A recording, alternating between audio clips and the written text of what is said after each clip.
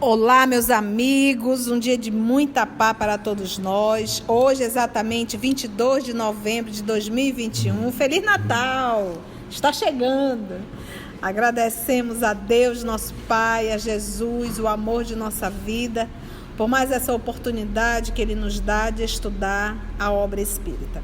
E hoje nós iremos estudar a Revista Espírita, estamos no ano terceiro, 1860. Já no mês de abril de 1860. O trabalho será conduzido pelas nossas amigas Aramita, Carla, já rogando assim a Deus, nosso Pai, a espiritualidade amiga, a Jesus, o amor de nossa vida, para que possa inspirar e conduzir as nossas amigas. Graça te damos, Senhor. Continuando as comunicações espontâneas. A imortalidade. Sociedade, 3 de fevereiro de 1860. Médium, a senhora Rouet. Senhorita. Como pode um homem, e um homem inteligente, não crer na imortalidade da alma e, consequentemente, numa vida futura, que não é outra senão a do Espiritismo? Em que se tornariam esse amor imenso que a mãe devota ao filho, esses cuidados com que o cerca na infância, essa atitude esclarecida que o pai dedica à educação desse ser bem-amado? Tudo isso seria, então, aniquilado no momento da morte ou da separação? Seríamos, assim, semelhantes aos animais, cujo instinto é admirável, sem dúvida, mas que não cuidam de sua progenie com ternura, senão até o momento em que ela cessa de ter necessidade dos cuidados maternos? Chegado esse momento, os pais abandonam os filhos e tudo está acabado. O corpo está criado, a alma não existe. Mas o homem não teria uma alma e uma alma imortal.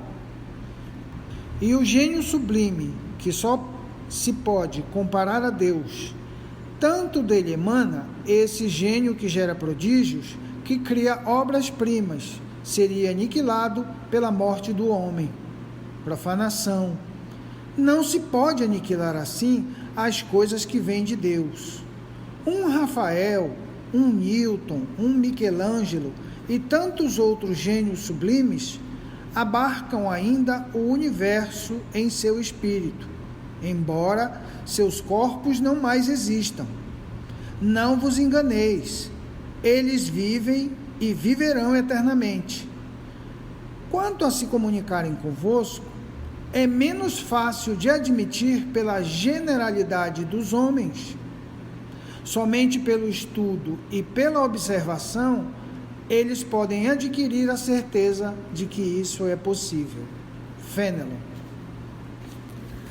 François de Salignac de la Motte Fénelon, nascido em agosto de 1651 e desencarnou em janeiro de 1715.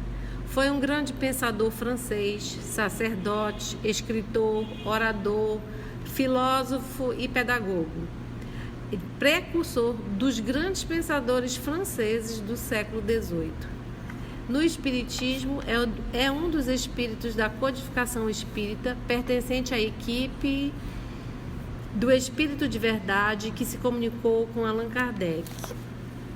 Ele tinha ideias liberais sobre política e educação, o Fénelon. E ele começa questionando como pode um homem inteligente, não acreditar na imortalidade da alma e na vida futura. Que, quando ele diz que essa não a do Espiritismo, é como o Espiritismo mostra que é a vida futura.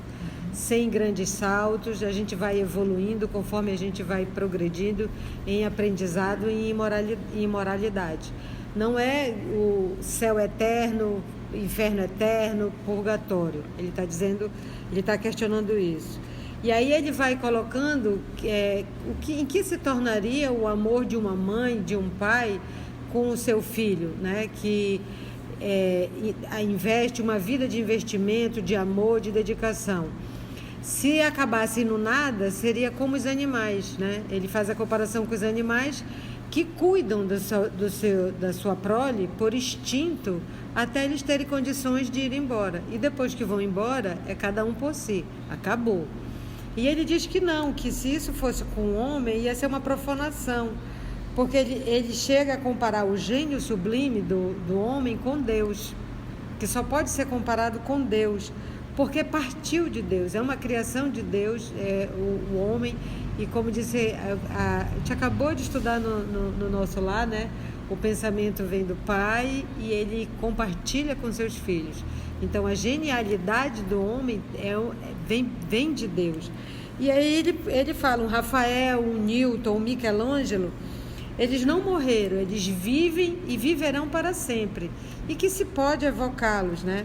E que isso, né? Eles podem se comunicar conosco, que isso é menos fácil de admitir pela generalidade da maioria dos homens, que ainda não acreditavam nisso. Mas que isso é possível, ele está dizendo que isso é possível.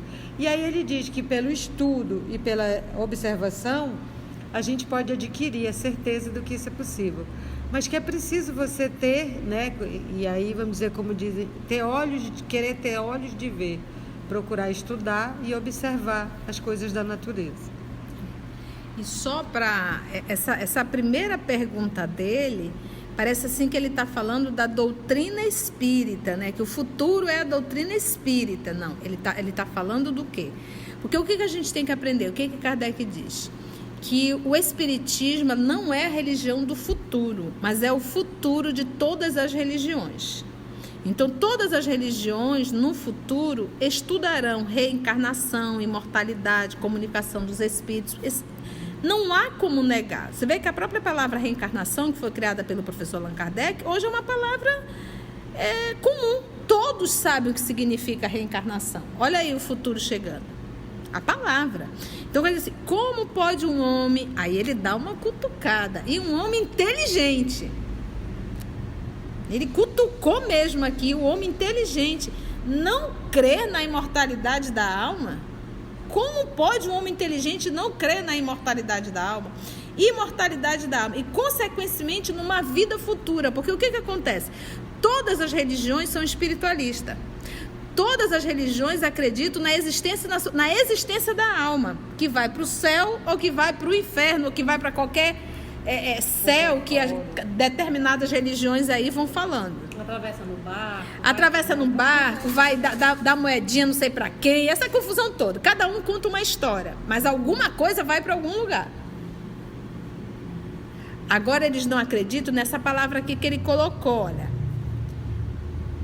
Numa vida futura.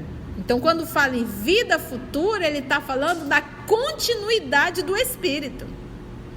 A gente não acabou de estudar nosso lar, como diz a nossa irmã Aramita, a gente está estudando a vida no mundo espiritual. A vida futura. E ele diz que não é outra senão a do espiritismo, que é a vida espiritual. A vida dos espíritos. Não é da doutrina. A doutrina ensina tudo.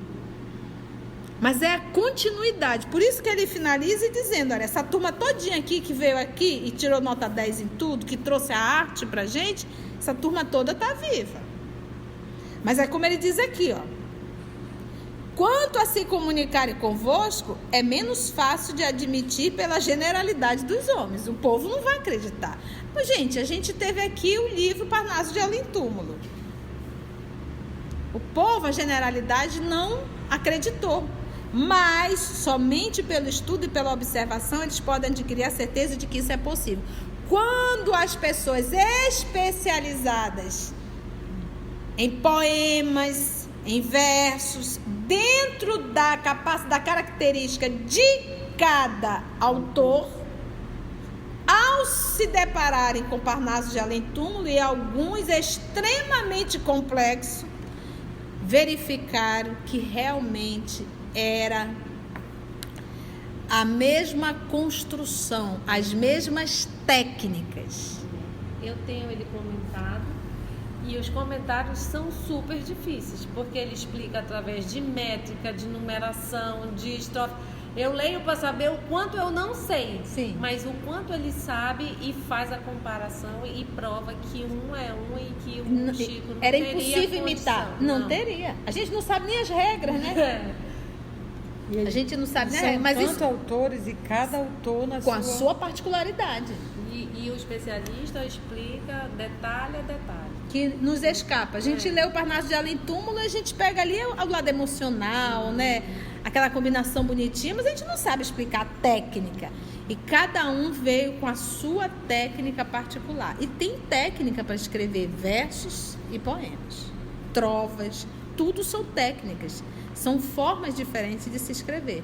E a gente se depara ali. Então, como quem conhece, como ele diz, através de observação e de estudo, realmente chegar à conclusão de que cada poema, cada verso, cada trova realmente tinha as suas particularidades, tá bom? Então, o mundo espiritual, diz o nosso querido Fénelon, existe essa vida futura, que é o que nos falta. A gente fica apavorado. Mas, gente, morreu. Olha que legal. Imagina você assistindo uma palestra da Dona Veneranda e tu tá querendo ficar aqui na Terra para assistir palestra de ABCD, aí é para acabar. E falando Então- como a gente viu no livro, né, Tito, também é uma questão de inteligência, porque se acredita vamos dizer, no que está ali só posto, mas aí o anjo que falou com Maria, o anjo que falou com Zacarias, o anjo que falou com José, e tudo isso, a comunicação. E a lógica mesmo, sabe? A lógica, para onde que vai tanta gente, né? É a lógica, entendeu? Como pode Todo um esse homem, povo e um esperando homem o fim do inteligente, mundo. e um homem inteligente, porque é aquilo que nós falamos logo na nossa primeira gravação de Livro dos Espíritos. Pelo amor de Deus, basta olhar o nosso organismo, o nosso corpo físico, e você vai ver a perfeição, a beleza, o organismo, os sistemas que estão aqui dentro trabalhando em conjunto. E você achar que tudo isso veio do nada, aí é muita ignorância, realmente. Perdão, meninas. Aí é para acabar. Aí é pra acabar. Parábola. Sociedade, 9 de dezembro de 1859. O médium é o Sr. Rosé. Rose. Em sua última travessia, um velho navio foi assaltado por terrível tempestade. Além de grande número de passageiros, transportava uma porção de mercadorias estrangeiras ao seu destino, acumuladas pela avareza e cupidez de seus donos. O perigo era iminente. Reinava a maior desordem a bordo. Os chefes se recusavam a lançar a carga no mar. Suas ordens eram ignoradas. Tinham perdido a confiança da tripulação e dos passageiros. Era preciso pensar em abandonar o navio. Puseram 3 embarcações no mar. Na primeira, a maior, precipitaram-se aturdidos os mais impacientes e os mais inexperientes, que se apressaram a remar na direção da luz, que avistaram ao longe na costa. Caíram nas mãos de um bando de corsários, que os despojaram dos objetos preciosos que haviam recolhido às pressas, maltratando-os sem piedade. Os segundos, mais espertos, souberam distinguir um farol libertador em meio às luzes enganadoras que alumiavam o horizonte, e confiantes abandonaram o barco ao capricho das ondas. Foram arrebentar nos arrecifes ao pé do próprio farol, do qual não haviam tirado os olhos. Foram tanto mais sensíveis à sua ruína e à perda dos seus bens, quanto haviam entrevisto a salvação. Os terceiros, pouco numerosos, mas sábios e prudentes, guiavam com cuidado o frágil barco em meio aos obstáculos. Salvaram corpos e bens sem outro mal além da fadiga da viagem.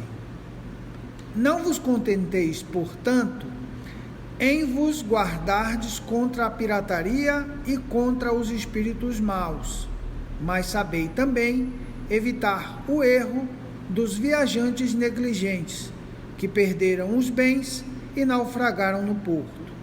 Sabei guiar vosso barco em meio aos escolhos das paixões e atracareis com felicidade no porto da vida eterna, ricos de virtudes que tiverdes adquirido em vossas viagens. São Vicente Paulo. São Vicente de Paulo é sacerdote francês, nasceu em 24 de abril de 1581 e desencarnou em 27 de setembro de 1660. Foi um dos grandes protagonistas da Reforma Católica na França do século XVII. E ele é o padroeiro das obras de caridade, porque ele chegou a ser confessor da rainha. A história dele é bem interessante, que ele foi feito de escravo e ele trabalhou pelo senhor dele. E um dia, uma das mulheres do senhor dele, que ele foi vendido, né, o viu cantando, né, e achou maravilhosa ele cantando, e chegou lá com o marido dela, que era francês também, e disse como que ele podia renegar essa religião tão linda, tão tudo. Aí eles fugiram, isso é na Turquia, aí eles fugiram da Turquia e voltaram para a França. Quando ele chega na França, ele vai ser o confessor da rainha, e a rainha o incumbia de ir visitar os mais pobres, então ele fazia caridade, por isso que ele é o padroeiro das obras de caridade. E ele faz aqui nessa parábola uma metáfora, né? A vida como uma embarcação, né? A vida é uma grande embarcação onde nós todos estamos dentro dela, e que vai ter um momento que esse navio da vida ele vai ser assaltado por terrível tempestade. E aí ele diz que nesse navio as pessoas estavam levando tudo que eles tinham acumulados pela avareza e pela cupidez dos seus donos. E puseram 3 embarcações no mar. A primeira, a mais numerosa, são os precipitados, os aturdidos, os impacientes e os inexperientes. E eles, quando eles estão remando, eles veem uma luz e eles se direcionam para essa luz de qualquer jeito. Só que essa luz é uma armadilha, né? O que tem lá são os corsários. Os corsários são piratas. E os piratas, o que fazem? Os despojam dos objetos preciosos e que haviam recolhidos a pé, e além disso, os maltratam sem piedade. Os segundos, que são os mais espertos, eles souberam distinguir o farol libertador, a luz de um farol, da luz dos corsários, dos piratas. E aí eles abandonam o barco e ficam só olhando para a luz e vão embora. E aí ele diz, claro que o barco, todo mundo que sabe que o farol sempre existe, só existe farol onde tem arrecife. Os faróis foram criados para avisar o perigo dos arrecifes. Então eles foram imprudentes, porque eles ficaram olhando só para a luz, largaram os barcos, foram, o que chegaram? Eles foram maltratados, porque arrecifes, você sabe que são pedras pontiagudas, você se fere. Então ele diz que eles foram mais sensíveis, ou seja, eles perceberam com clareza a ruína. Eles foram mais sensíveis para perceber a sua ruína se fosse para a luz dos piratas, mas eles não souberam se cuidar. Não dava mais tempo de salvar, porque eles já estavam a caminho. Então, assim, eles ficaram só olhando para a luz, e o problema do caminho... Eles se esqueceram. E bateram no Recife e foram ao fundo, né? Se arruinaram. Entreveram a salvação, mas não cuidaram de tudo. E aí diz que os terceiros, né? Que são pouco numerosos, e quando os espíritos dizem pouco numerosos, é pouco mesmo. Sabe lá se nós vamos estar nesse? Ai, meu Deus. A gente vai para os corsários ou para os arrecifes? E os terceiros, que são pouco numerosos, mas são sábios e prudentes, Eles guiavam com cuidado o frágil barco em meio aos obstáculos, salvaram corpos e bens e sem outro mal além da fadiga da viagem. E ele diz que na vida, para a gente ser assim, né? Para a gente ser como, não só, para a gente não se contentar e só nos guardarmos contra o mal, ou seja, contra os piratas, mas para que a gente saiba também guiar o nosso barco no meio dos escolhos, ou seja, dos obstáculos e dos perigos das paixões, e aí a gente vai abraçar, né? A gente vai atracar com felicidade na vida eterna. Ficar mirando só na luz do farol e esquecer os perigos que são as paixões que todos nós passamos pela vida. Essa é a metáfora que o São Vicente diz. E ele diz que os viajante negligente, que ele fala aqui embaixo, evitar o erro do viajante negligente. Negligente é uma pessoa que é descuidada, desleixada e preguiçosa. E assim, então, que na vida... E aí, eu acho que essa semana foi semana de falar disso, né? Trabalho, esforço, trabalho. O campo não se ara sozinho. O Senhor espera por nós. Não adianta de esperar que vai cair do céu, que não cai. E o São Vicente diz a mesma coisa, para a gente evitar o erro do viajante negligente, ou seja, é o viajante descuidado, desleixado ou preguiçoso, que não cuida da sua embarcação. Mas eu acho interessante também destacar que ele fala assim das paixões, porque que muitas vezes nos arrastam são as nossas paixões. A gente sabe o que é certo, o que é errado, o que se deve fazer, mas quando vem aquela paixão por um trabalho, por um fofo, por uma fofa, qualquer coisa, a gente se deixa arrastar e começa a inventar as desculpas para seguir nesse caminho e cegar, e se arrebentar nos arrecifes e levar tudo a perder. Então, essa é uma importância que ele fala aqui, né? Em meio às paixões. Né? O Espiritismo, Sociedade, 3 de fevereiro de 1860, o médium é a senhora M. O Espiritismo é chamado a esclarecer o mundo, mas necessita de um certo tempo para progredir. Existiu desde a criação, mas só era conhecido por algumas pessoas, porque, em geral, a massa pouco se ocupa em meditar sobre questões espíritas. Hoje, com o auxílio desta pura doutrina, haverá uma luz nova. Deus, que não quer deixar a criatura na ignorância, permite que os espíritos mais elevados venham em nosso auxílio para contrabalançar a ação do espírito das trevas, que tende a envolver o mundo. O orgulho humano obscurece a razão e faz cometer muitas faltas na terra. São necessários espíritos simples e dóceis para comunicarem a luz e atenuarem todos os nossos males. Coragem, persistir nesta obra que é agradável a Deus, porque ela é útil para a sua maior glória, e dela resultarão grandes bens para a salvação das almas. Francisco de Sales. São Francisco de Sales é francês, nasceu no Castelo de Sales em 21 de agosto de 1567 e morreu em Lyon, a 28 de dezembro de 1622. Ele foi teólogo também, ele tinha profunda fé e tinha uma abordagem gentil aos conflitos religiosos. Lembra que é naquele tempo da reforma, contra-reforma, então ele tinha uma abordagem gentil para esses conflitos religiosos. E ele vem falar justamente de religião, né? O tema que ele fala aqui é sobre o espiritismo que é chamado a esclarecer o mundo. Sempre, aí, vou falar igual a tia agora, você é a tia, encarnei a tia, que a tia diz: o espiritismo começou com Allan Kardec? Não, sempre existiu. Mas com Allan Kardec ele codificou o espiritismo e deu a palavra reencarnação para o fenômeno das vidas sucessivas. Então isso sempre existiu, e ele diz, mas no começo era só conhecido por algumas pessoas.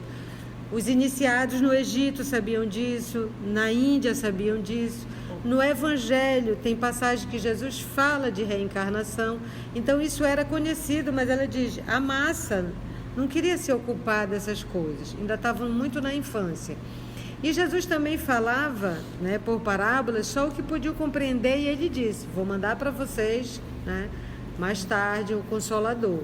E quando nós estávamos prontos para receber o Consolador chegou. Agora eu vou falar de novo igual a tia. Pensa que a transição começou agora. Esse povo, 2020. Faz tempo!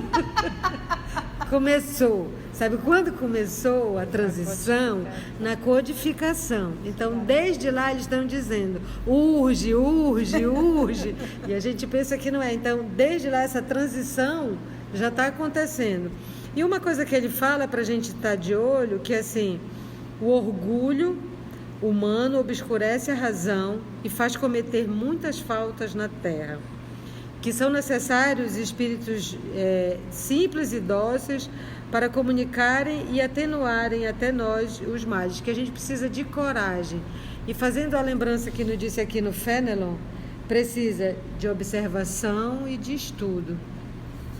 É isso. Lembrando que essas mensagens também eram para o grupo que estudava, né, que estava fazendo o trabalho de codificação. Então, essa coragem, persistir nesta obra que é agradável a Deus, é para toda aquela equipe que sofria realmente pelo orgulho de muitos, a ridicularização, o deboche, tudo que o Kardec passou. Então, aqui que ele diz, coragem para o estudo, para persistir nesta obra. Você vê que a gente nunca é abandonado, né? Eles estavam ali, mas recebiam muita assistência espiritual, né? Essas mensagens são mensagens assim realmente de incentivo. Não parem, continuem. Jesus está conosco, né? O trabalho é esse. Isso é uma maravilha. Tudo bem explicadinho, muito bem explicadinho. E assim finalizamos o estudo de hoje. E agradecemos ao nosso Senhor Jesus pela oportunidade e aos amigos espirituais pela inspiração, e até o nosso próximo estudo, se Deus assim permitir. O trabalho do Cristo, ele é sempre coletivo, ele não é individual, não está centralizado sobre a cabeça de um. Somos o EOS, esse grupo que Jesus foi construindo ao longo dos anos. E estamos nós aqui estudando e tendo a alegria de poder compartilhar com todos vocês.